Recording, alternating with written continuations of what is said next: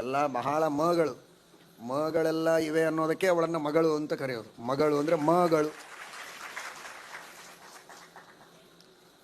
ಮಗಳಾಗಿರಬೇಕು ಅದೊಂದು ಮಡದಿಯಾಗಿರಬೇಕು, ಮಡದಿತನ ಅದೊಂದು ಮಾತೆಯಾಗಿರಬೇಕು ಅನ್ನೋದೊಂದು ಮಹಾತ್ಮರ ಸೇವೆ ಮಾಡಬೇಕು ಅನ್ನೋದೊಂದು ಮದುವೆ ಆಗೋದಿಲ್ಲ ಅಂತ ಕೆಲವರು ಅಂತಾರೆ, ಮದುವೆ ಆಗಬೇಕು ಅದು ಒಂದು ಮಕ್ಕಳನ್ನು ಪಡೆಯಬೇಕು ಅದು ಒಂದು ಇಂತಹ ಮಗಳು ಬಹಳ ಇದ್ದರೆ ಅವಳು ನಿಜವಾದ ಮಗಳಾಗ್ತಾಳೆ. ಈ ಅರ್ಥದಲ್ಲಿ ಕನ್ಯೋದಿತಾಬತ ಕುಲದ್ವಯ ತಾರಿಣೀತಿ ಅಂತ ಶ್ರೀಮದಾಚಾರ್ಯರು ಮಹಾಭಾರತದ ತಾತ್ಪರ್ಯ ನಿರ್ಣಯದಲ್ಲಿ ಅದನ್ನು ತಿಳಿಸಿಕೊಟ್ಟಿದ್ದಾರೆ.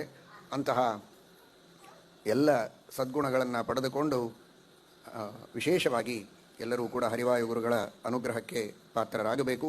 ಎಲ್ಲ ಮಹಾಲಕ್ಷ್ಮಿ ಭಾರತಿ ಸರಸ್ವತಿ ಭಾರತೀಯರು, ಎಲ್ಲ ಷಣ್ಮಹಿಷೆಯರು, ಶಚಿ ಶ್ಯಾಮಲ ಇತ್ಯಾದಿ ಎಲ್ಲ ದೇವತಾ ಸ್ತ್ರೀಯರ ವಿಶೇಷವಾದ ಕರುಣೆಯಿಂದ, ಅವರ ಅನುಗ್ರಹದಿಂದ ಈ ಸ್ತ್ರೀ ಧರ್ಮಗಳ ಅನುಷ್ಠಾನ ಹಾಗೂ ವಿಶೇಷವಾದ ದಾಸ ಸಾಹಿತ್ಯದ ಅಧ್ಯಯನ ಇವುಗಳೆಲ್ಲ ನಡೆದು ಧರ್ಮ ಮಾರ್ಗದಲ್ಲಿ ತಾವು ಹಾಗೂ ತಮ್ಮ ಮಕ್ಕಳನ್ನು ನಡೆಸುವಂತೆ ಆಗಲಿ ಎಂಬುದಾಗಿ ಗುರುಗಳಲ್ಲಿ ಅಂತರ್ಯಾಮಿಯಾದ ಭಾರತೀಯ ರಮಣ ಮುಖ್ಯ ಪ್ರಾಣಾಂತರ್ಗತ ಮೂಲರಾಮ ದಿಗ್ವಿಜಯರಾಮ ವೇದವ್ಯಾಸದೇವರಲ್ಲಿ ಪ್ರಾರ್ಥನೆಯನ್ನು ಮಾಡ್ತೀವಿ.